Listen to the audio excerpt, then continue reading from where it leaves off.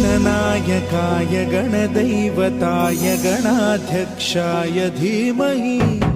गुणशरीराय गुणमण्डिताय गुणेशानाय धीमहि गुणातीताय गुणाधीशाय गुणप्रविष्टाय धीमहि एकदन्ताय वक्रतुण्डाय गौरीतनयाय धीमहि गजेशानाय भालचन्द्राय श्रीगणेशाय धीमहि एकदन्ताय